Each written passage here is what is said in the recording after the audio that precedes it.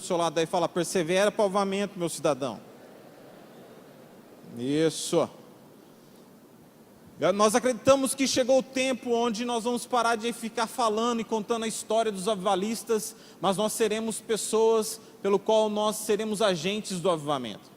Chegou o tempo de parar simplesmente de ficar vendo os avivamentos acontecer em vários lugares, e nós somos partes de um avivamento. O nosso Brasil precisa de um avivamento, nossas escolas precisam do avivamento, nossas universidades e faculdades precisam do avivamento, o meu e o seu trabalho precisam do avivamento, e a nossa igreja precisa do avivamento. Você crê nisso? Por isso nós precisamos perseverar para o avivamento.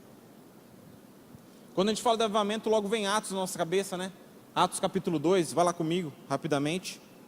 Atos capítulo 2, versículo 16. Atos 2, 16.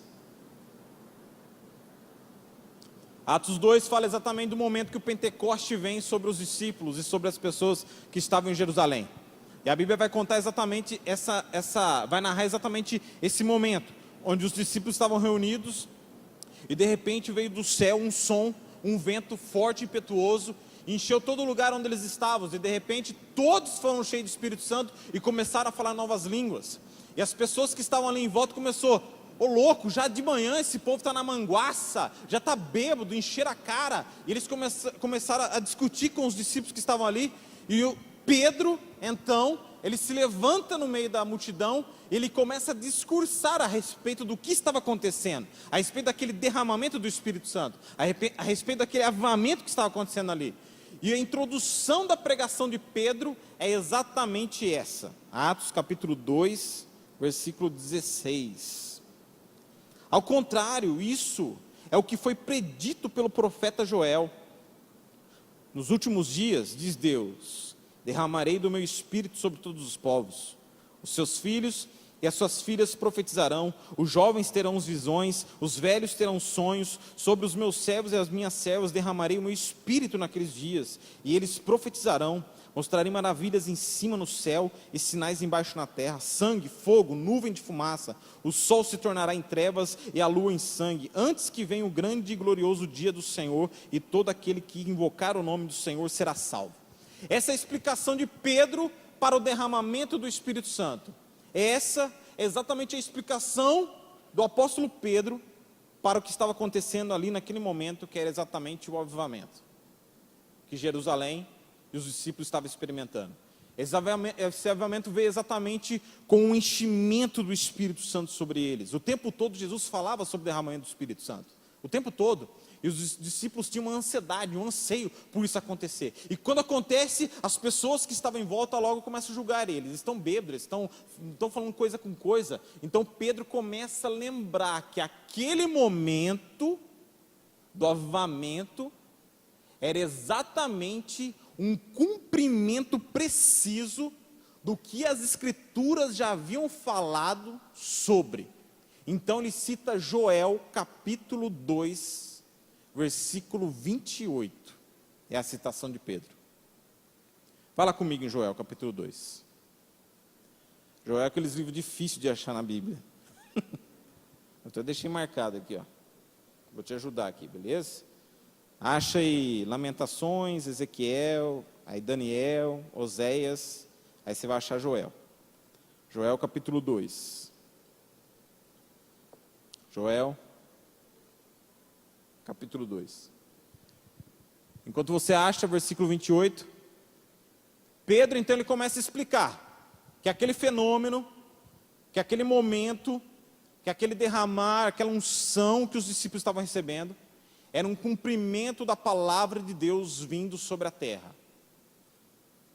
Então ele cita Joel capítulo 2, versículo 28, onde eu vou ler aqui para você, versículo 28, fala assim: e depois disso derramarei do meu espírito sobre todos os povos.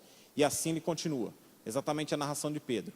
Eu quero chamar a sua atenção aqui para Joel 2,28, porque na profecia de Joel 2,28, começa exatamente assim, ó, e depois disso, algumas versões falam assim, e depois dessas coisas, eu derramarei do meu espírito. Depois disso, então, eu derramarei do meu espírito sobre todos os povos. Eu quero fazer uma pergunta aqui para você. Depois disso o quê? Depois disso o quê? O que Joel está falando? O que aconteceu no livro de Joel, que depois desses eventos aconteceria o derramamento do Espírito Santo? O que antecede o derramamento do Espírito Santo? O que antecede exatamente o avivamento? Talvez é sobre essas coisas em que nós paramos de pensar e inclusive de viver, sobre o que antecede o avivamento.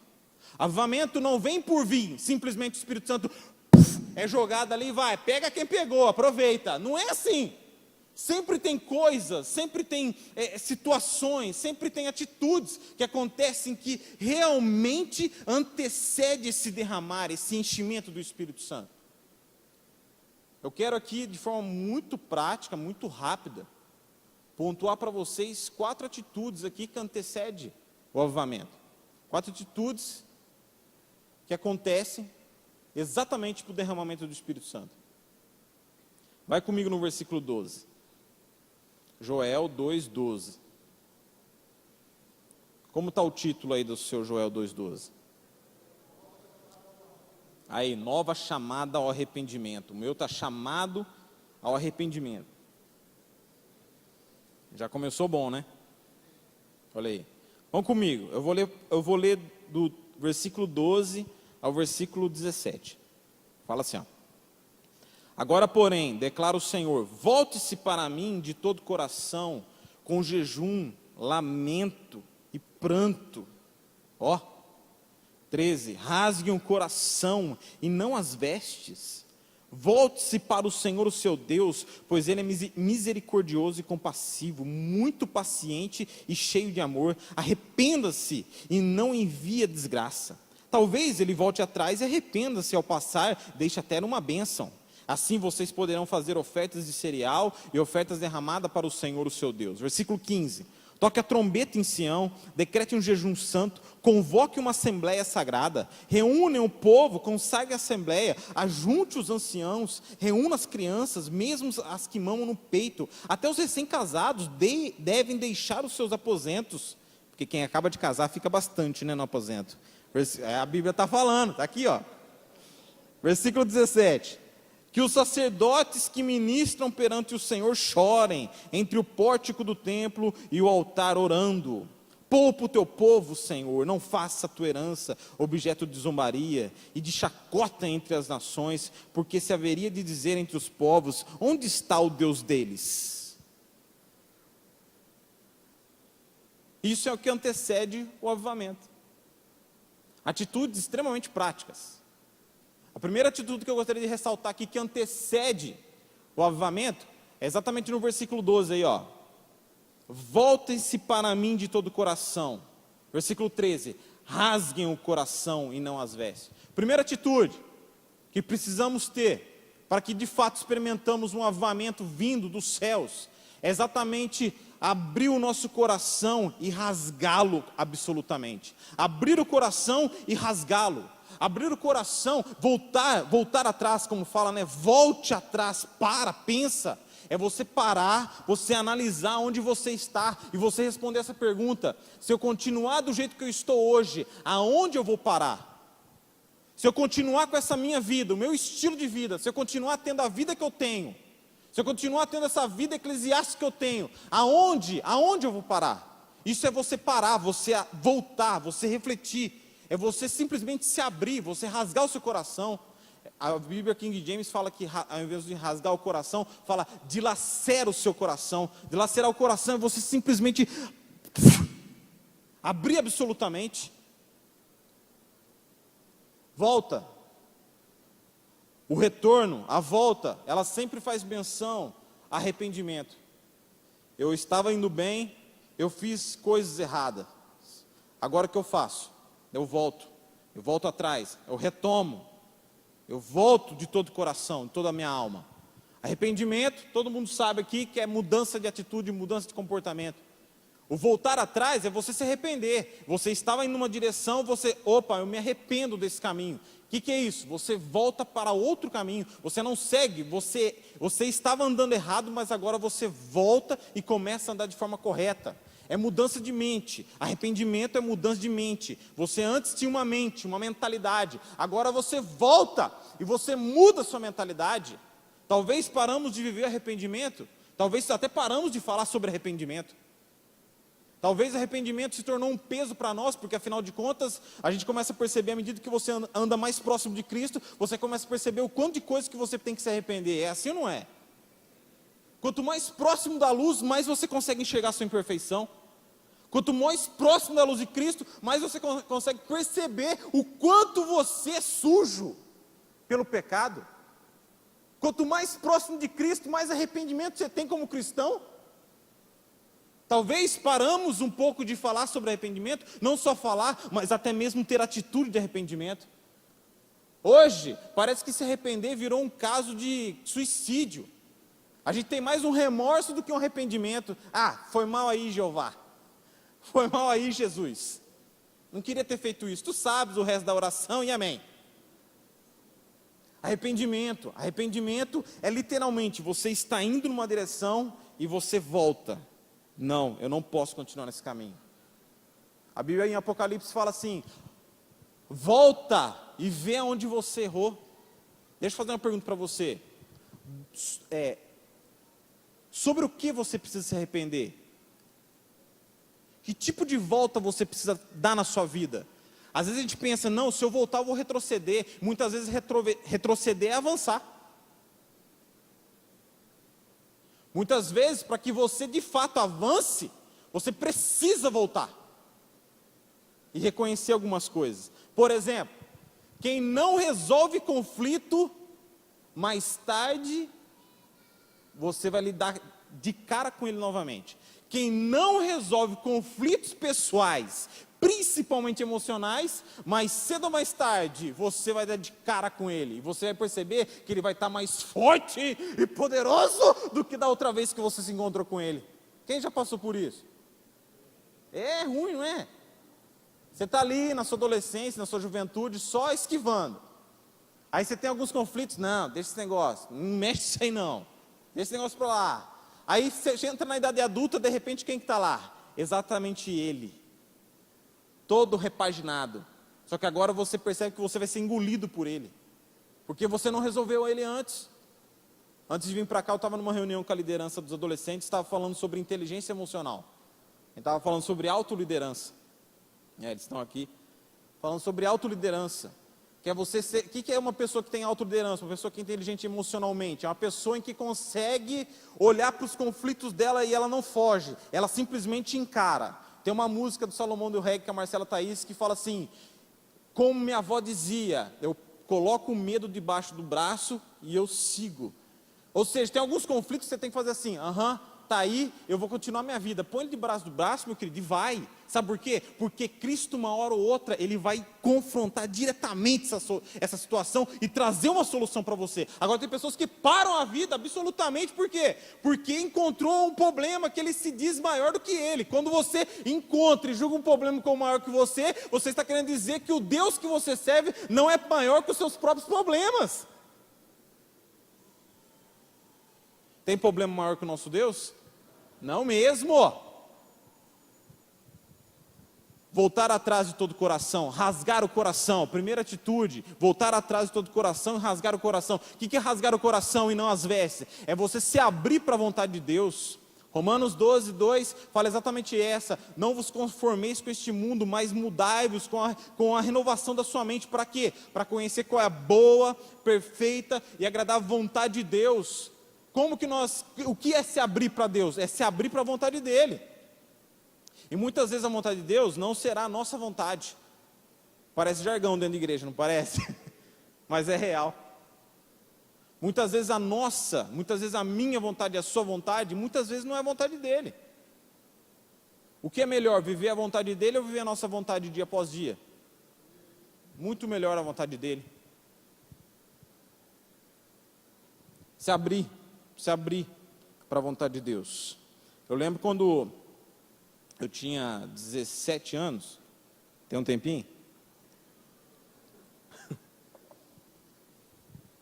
Eu era simpatizante de igreja. Alguém já foi desses? O que é simpatizante de igreja? Talvez tenha uns aqui assim, não, o culto dos crentes é bom demais. Eu gosto dos louvor, das músicas que toca lá, a gente chora até. Que coisa boa. A gente se levanta a mão assim, Pai nosso, aleluia. Dá até uns glória. Mas você sai daqui, meu Deus do céu, a vida é do avesso. Eu era desses. Eu fui para a igreja com 15 anos de idade. Eu fui o primeiro a ir para a igreja da minha família. Aí eu virei simpatizante. Legal. Ia nos cultos e tal. Até porque minha mãe falava, tu quer sair? Quero. Então vai para a igreja primeiro. Aí eu ia na igreja, sentava, ficava todo comportado, levantava a mão na hora do louvor, né, orava na hora da oração, dava as mãos para os irmãos, mas na hora que acabava ali, eu saía, vazava. Eu ia dar meus rolês com meus amigos, mas é uns rolês que você conhece do mundão. Vida louca. Na minha época falava assim. Então eu lembro quando eu ouvia muita coisa dentro da igreja. Muitas pregações falavam comigo, eu fazia assim, não é comigo, não é comigo, não é para mim esse tipo de mensagem.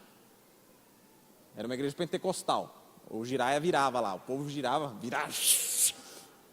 Aviãozinho, tá ligado? Aviãozinho? É desse jeito. Eu lembro quando tinha 17 anos, eu arrumei uma namorada. Maluca lá. Aí a gente começou a a gente é besta, né? Mas tudo bem. Aí eu comecei a namorar, 17 anos, aquela vida louca, tal, mundão, e simpatizando do crente, paz do Senhor, paz do Senhor, irmão. Que negócio, mas do lado de fora, coisa boa, é beijar na boca, e aí aquele alvoroço.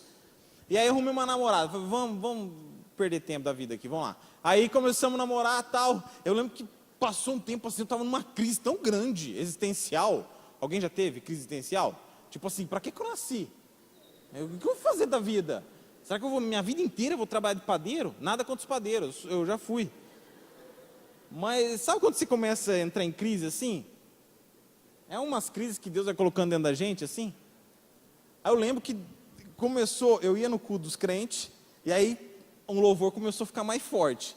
Não mudaram a música, era a mesma música, só que agora eu estava um pouco fragilizado, você está entendendo? Estava sensível. E aí começou a me incomodar muitas coisas. E aí, hoje eu entendo perfeitamente que era Deus falando comigo a respeito do relacionamento que eu tinha. Tipo assim, abre mão. Eu não, isso não é de Deus, é a voz de Satanás. Certeza, você acha que eu vou parar de beijar na boca? E eu lembro uma vez que eu não aguentava mais esse conflito, essas crises e algumas situações estavam acontecendo. Aí eu já ajoelhei no canto da minha cama assim, né? Ajoelhei assim, no cantinho da minha cama. Antes de eu abrir a boca eu já comecei a chorar, porque eu já sabia que Deus ia fazer um regaço já. Aí eu comecei. Traduzindo, eu falei para Deus, eu me rendo à tua vontade. E eu coloco o meu namoro nas tuas mãos. Pra quê? Em uma semana, meu filho, já era o negócio, acabou. Assim, ó. Eu cheguei a entrar no início de depressão, no nível 1, né? Não sei nem se tem. Mas no nível 1 de depressão, fiquei mal pra caramba. O povo fica assim, vocês são loucos, vocês eram um casal perfeito. E eu lembro até hoje desse fenômeno. Quando eu me abri para a vontade de Deus, Deus entrou e falou assim, então vai ser do meu jeito. Quem já passou por um negócio desse aqui? Se você não passou, se prepara que você vai passar, com certeza. Fala para a pessoa aí, com o seu lado, do seu lado, vai passar, com certeza você vai passar.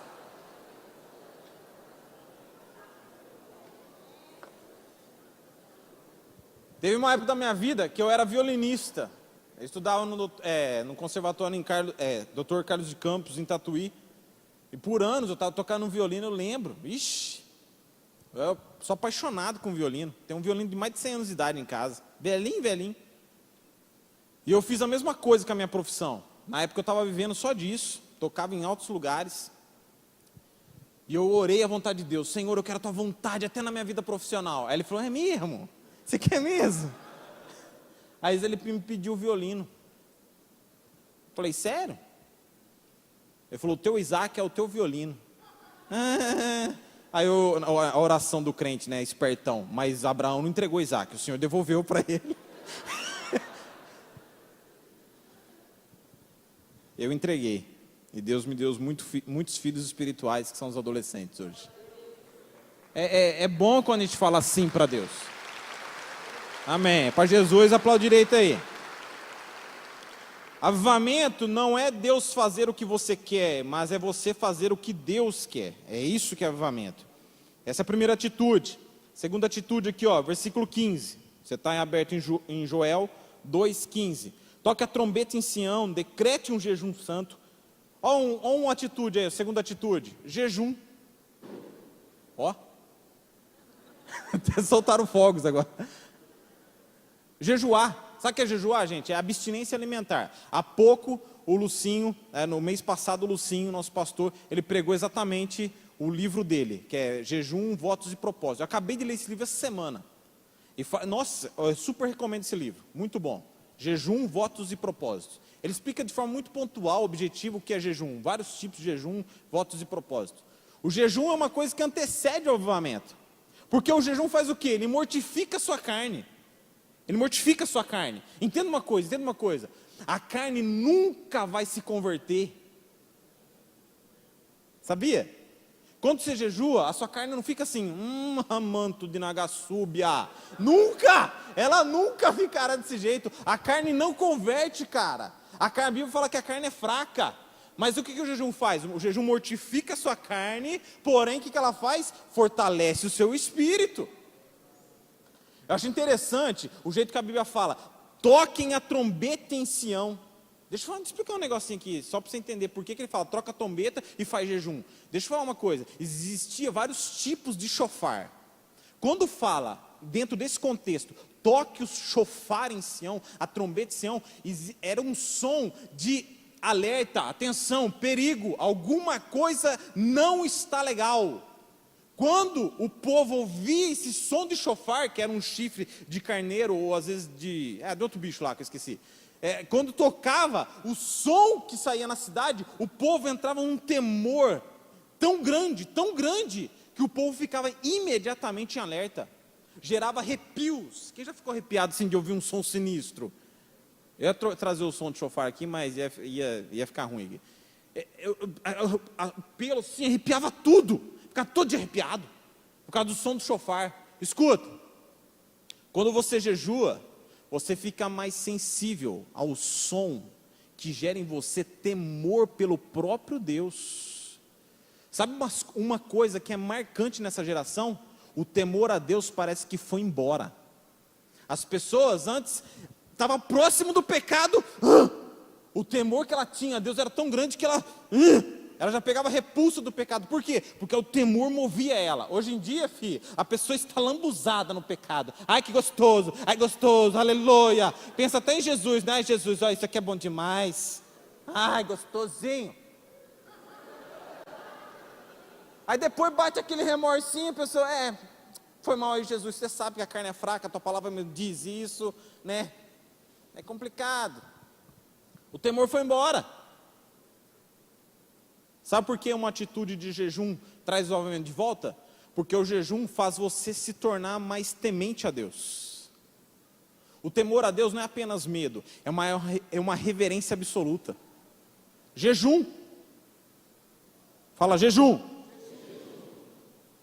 Às vezes as pessoas têm um discurso um pouco assim, mas jejum é muito sofrimento. Você fica sem comer, a barriga ronca. É normal, gente, é normal, a barriga, claro que dá dor de cabeça, dá mesmo. Você é humano, afinal de contas, você ficar sem comer, seu estômago começa a reagir. É normal. O jejum, gente, parece que o discurso de sofrimento para a gente é um pouco assim, não, o Senhor não quer que nós sofremos. E os nossos irmãos na Síria, então?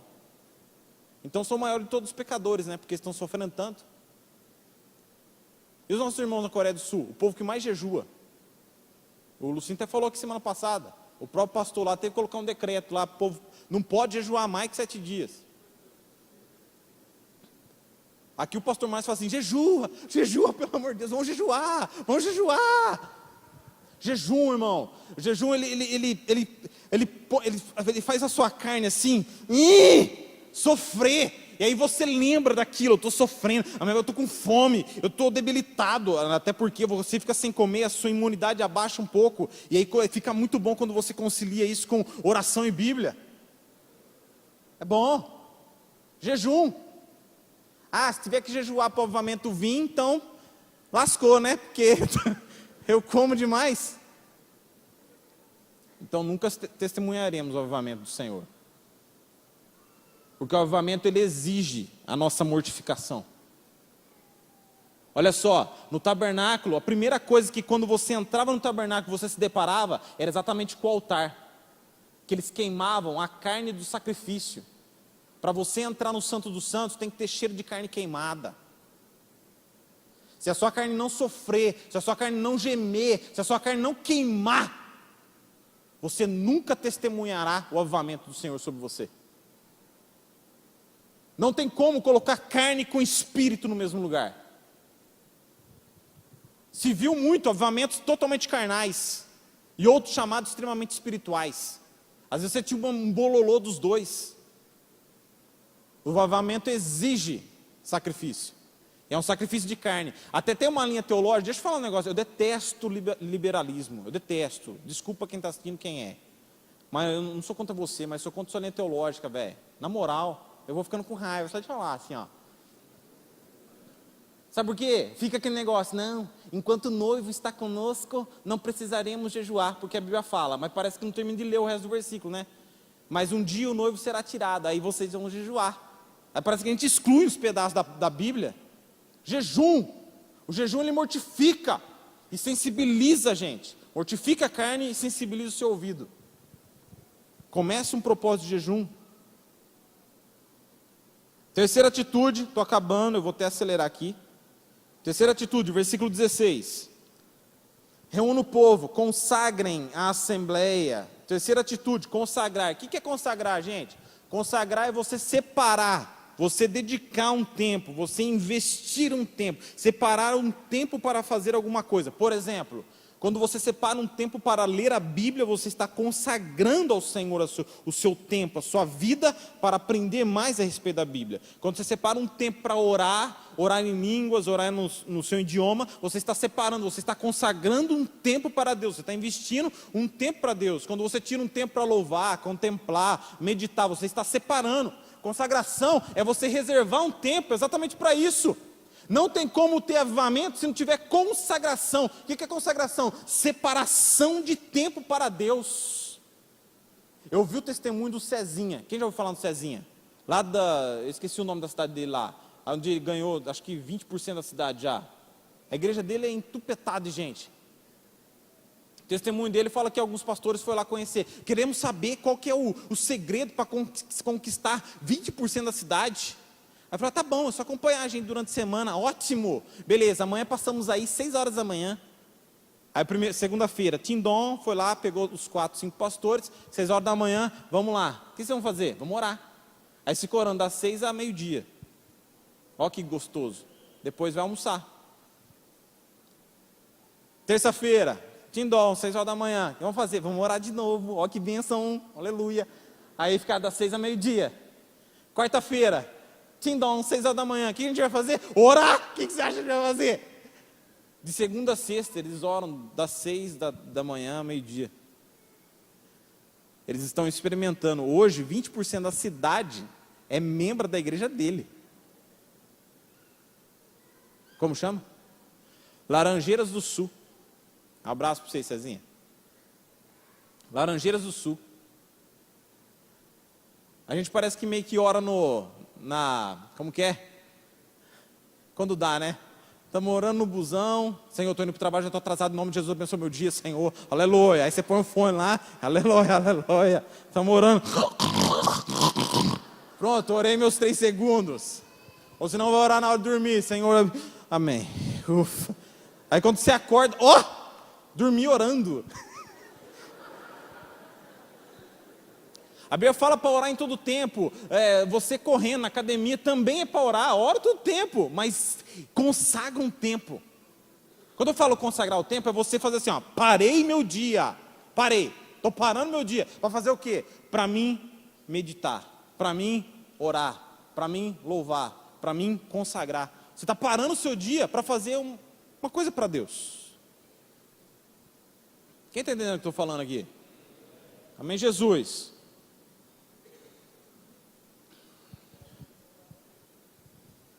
Quando a consagração há um conhecimento profundo da pessoa de Jesus.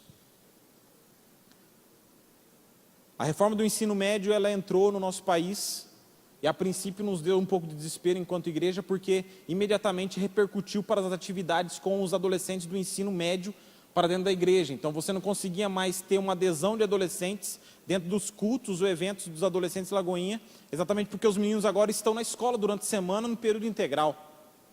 Num primeiro momento a gente ficou um pouco desesperado, mas no segundo momento Deus deixou muito claro: o avivamento você acha que vai vir por meio da igreja? O avivamento vai começar dentro das escolas, dentro das universidades. Ontem nós estávamos numa conversa com a Liga e nós traçamos um plano. Nós queremos o ensino médio, o ensino fundamental, o ensino médio e os universitários. Porque nós cremos, como nosso pastor Ronaldo sempre ensina, para que haja um avivamento sobre uma nação, você precisa de 3 gerações. Então nós queremos sim, entrar no ensino fundamental, no ensino médio e no universitário. Porque os avivamentos virão dentro das suas escolas. Hoje no Belo Horizonte existem 1.500 escolas municipais, estaduais e particulares. E 300 universidades, aproximadamente 300 universidades. Quem está em universidade aqui ou escola? Levanta a mão. Isso, só para mim te ver, isso, balança a mão assim, eu quero te ver, isso. Escuta, você sabia que o avivamento pode vir por meio de você dentro da sua faculdade? Ah, mas o que eu vou fazer? Eu começo a fazer culto lá? Não, é simples, começa assim: ô velho, aqui, na moral, posso orar por você aqui agora? Começa levando a Bíblia, leva a Bíblia para dentro da faculdade. Hoje você levou a Bíblia para dentro da faculdade, pronto, tumulto, reunião. Ah, o professor de filosofia vai falar o seu nome, com certeza. Ó, que gostoso! E o quarto e último atitude aqui, é claro que tem muitas outras, mas eu quero só focar nessas 4. Versículo 17. Que os sacerdotes que ministram perante o Senhor chorem. Para que haja avivamento precisa haver choro, lágrimas, porque o choro é uma manifestação da nossa alma em relação ao quebrantamento divino.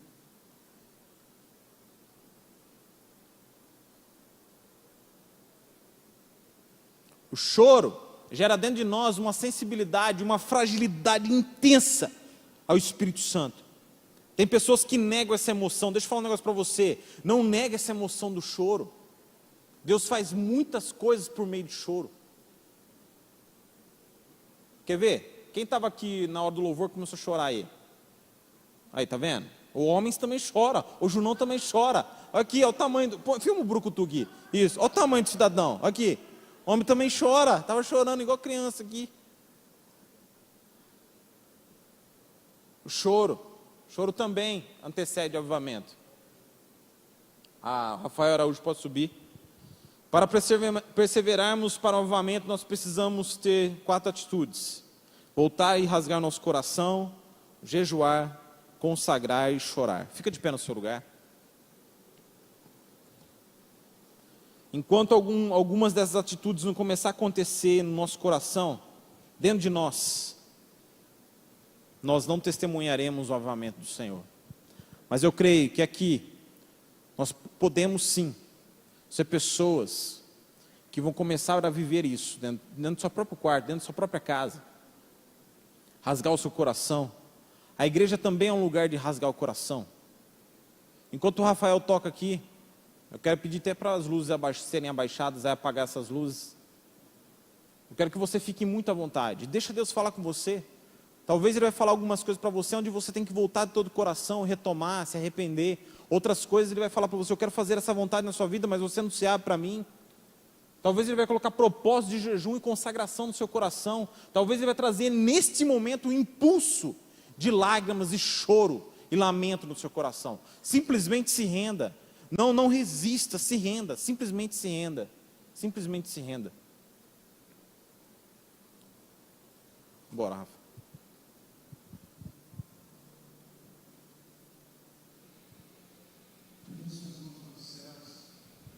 Queria que nesse momento você tirasse alguns segundos e abrisse a sua boca e começasse a glorificar a Deus aí o mais alto que você puder. Quem pode fazer isso aí?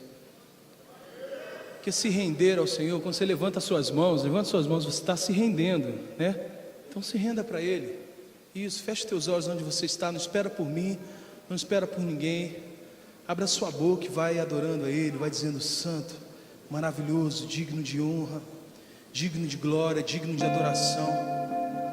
Nós estamos aqui para isso, Pai, para nos rendermos ao Senhor, para conhecer o Senhor, não de ouvir falar, mas conhecer o Senhor, de andar perto, de abraçar, de estar junto, de sentir o teu afago, sentir a tua glória. Se você está sentindo essa glória, faz barulho de festa aí onde você está, irmãos. Faz barulho de festa, dá o glória a Deus mais alto da tua vida. Glorifique a Ele, glorifique a Ele, glorifique a Ele, glorifique a Ele. Eis-me aqui, prostrado outra vez, para tudo entregar, para tudo entregar. Leva-me perto de ti, Senhor, anseio por ti, anseio por ti. Eu me rendo,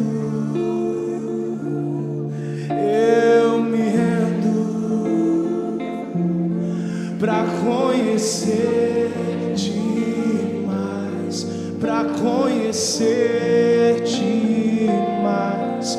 Eu me rendo, pega a tua voz e diga isso. Eu me rendo, para conhecer-te mais, para conhecer-te mais. Enche-me da graça e do teu amor, sacia meu ser, sacia meu ser. Abraça-me, abraça-me, ouve o meu clamor, fala pra mim, fala pra mim. Levante suas mãos e grite: eu me rendo, eu me rendo, eu me rendo, pra conhecer-te mais, pra conhecer-te mais. Eu me rendo, pega a tua voz e grite: eu me rendo, pra conhecer-te mais, pra conhecer-te. Vento de poder, vento de poder,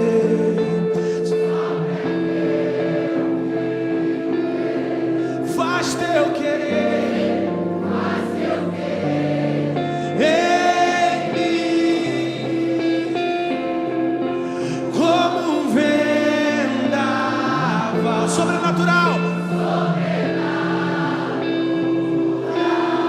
Faz teu querer, faz teu querer. Vamos lá, aleluia, grita bem alto: vento de poder, vento de poder, sopra em meu viver.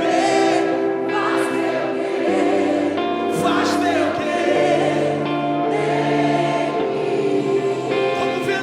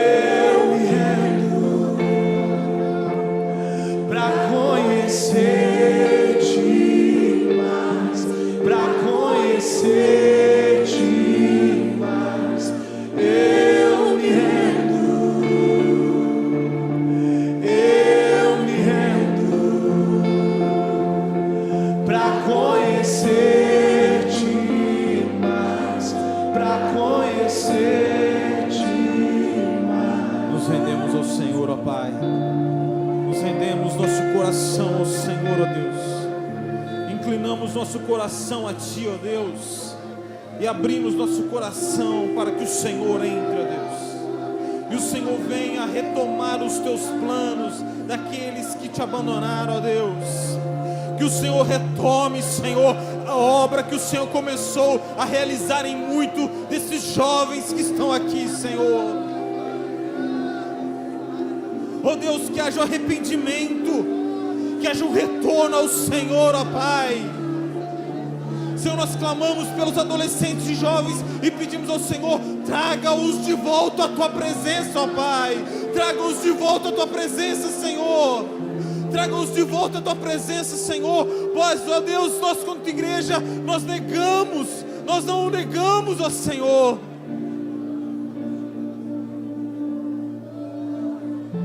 Ó Senhor,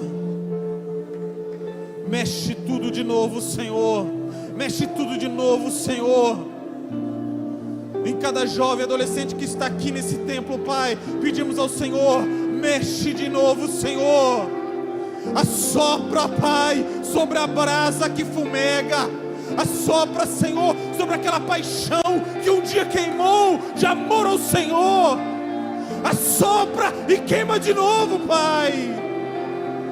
Oh! Aqueles que um dia Te seguiram, que hoje não seguem mais, Pai. Queima, Senhor. Queima esse coração novamente, ó Deus. Que haja uma rendição absoluta de corpo, de alma e de espírito, ó Deus. Que a juventude Lagoinha comece a andar em novos passos, que são os passos do Senhor. Que haja choro por aqueles que abandonaram os Teus caminhos. Que haja lamento e que haja clamor em nosso coração por os nossos amigos que se afastaram do Senhor. Que haja sacrifício com jejum, ó Pai. Que haja mortificação da nossa carne e sensibilidade ao Teu Espírito, ó Deus. Queremos ouvir a Tua voz. Queremos ouvir a Tua voz. Não apenas num dia ou dois, mas queremos todos os dias. Todos os dias. Todos os dias. Todos os dias andar contigo, ó Pai. Que haja consagração, ó Deus. Que haja consagração, Pai. Que haja investimento de tempo com o Senhor, ó Pai. Muitas vezes, Senhor, nos tornamos juízes do nosso irmão, mas não juízes de nós mesmos, ó Senhor. Traga-nos de volta, Senhor, a Tua presença. Traga-nos de volta a Tua casa. Traga-nos de volta, Senhor, aos Teus pés, ao lugar de rendição, ó Pai, aos pés da cruz do Senhor. Clamamos tanto por avivamento, ó Deus, mas não queremos retornar aos princípios elementares do Senhor, ó Pai.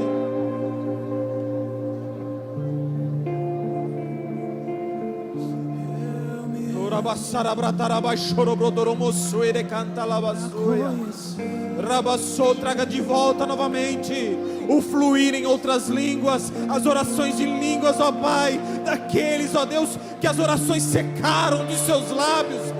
Queima novamente o Espírito Santo através de súplica e oração em línguas, ó Deus. Enche com o Teu Espírito, ó Deus, ao ponto, ó Deus, dos Teus filhos nunca mais serem os mesmos, ó Pai. Começando em nós, pastores e líderes, ó Pai.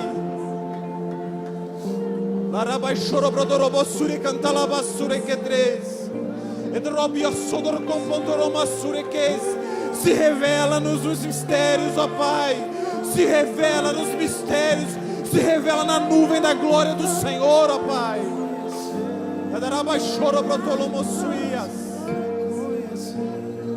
Sim, Senhor.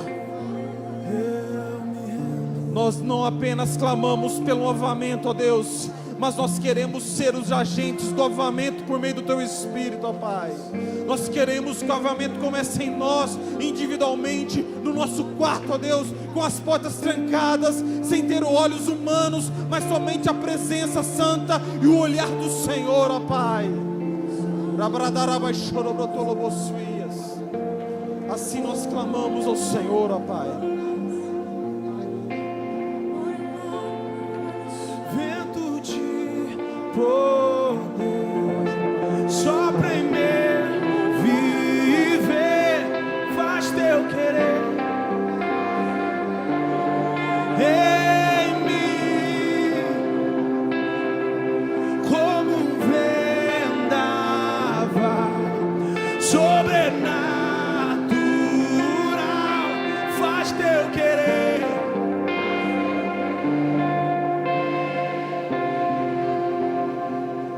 Escute.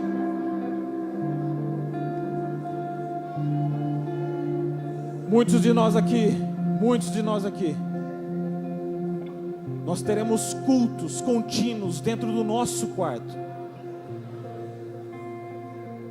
E esse culto aqui será apenas uma continuidade do culto que o Senhor trará dentro do seu reservado. Muitos de vocês aqui serão cheios do Espírito Santo dentro do seu próprio quarto. Muitos que estão aqui falarão em novas línguas dentro do seu próprio quarto.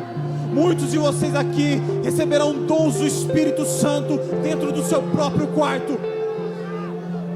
Muitos de vocês aqui receberão planos que vocês terão que escrever lá no seu reservado com Deus. Eu vejo livros escritos. Talvez você sempre teve aptidão, mas é hora de você começar a registrar. Registra. Deus tem dado livros para você. Alguns de vocês verão dentro do seu próprio quarto bandeiras de nações, não apenas uma, mas várias bandeiras. Anote, registre o local dessas bandeiras, registre que bandeiras são essas, pois serão as nações que os seus pés pisarão para testemunhar do amor de Cristo. Muitos de vocês receberão dons de língua estrangeira,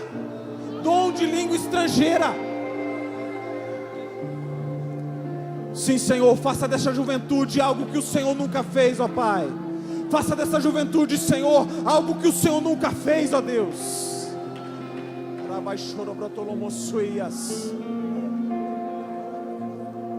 Por isso nós clamamos ao Senhor. Coloque suas mãos sobre o seu coração e ore assim comigo. Senhor Jesus, eu me rendo ao Senhor e eu peço ao Senhor, entre na minha vida agora, faça tudo novo, muda-me, transforma-me, faça da minha história uma nova história. Eu me rendo a Ti, Jesus, eu me entrego a Ti, Jesus. Eu também que andei desviado ou afastado, ore comigo, igreja. Eu que andei desviado ou afastado, eu nessa noite volto para os Teus braços, crendo que o Senhor fará coisas novas na minha vida, em nome de Jesus. Escute, você que fez uma dessas orações pela primeira vez, se entregando a Jesus, ou voltando para Jesus, eu gostaria de convidar você que fez essa oração pela primeira vez, levantar sua mão. Nós queremos orar por você.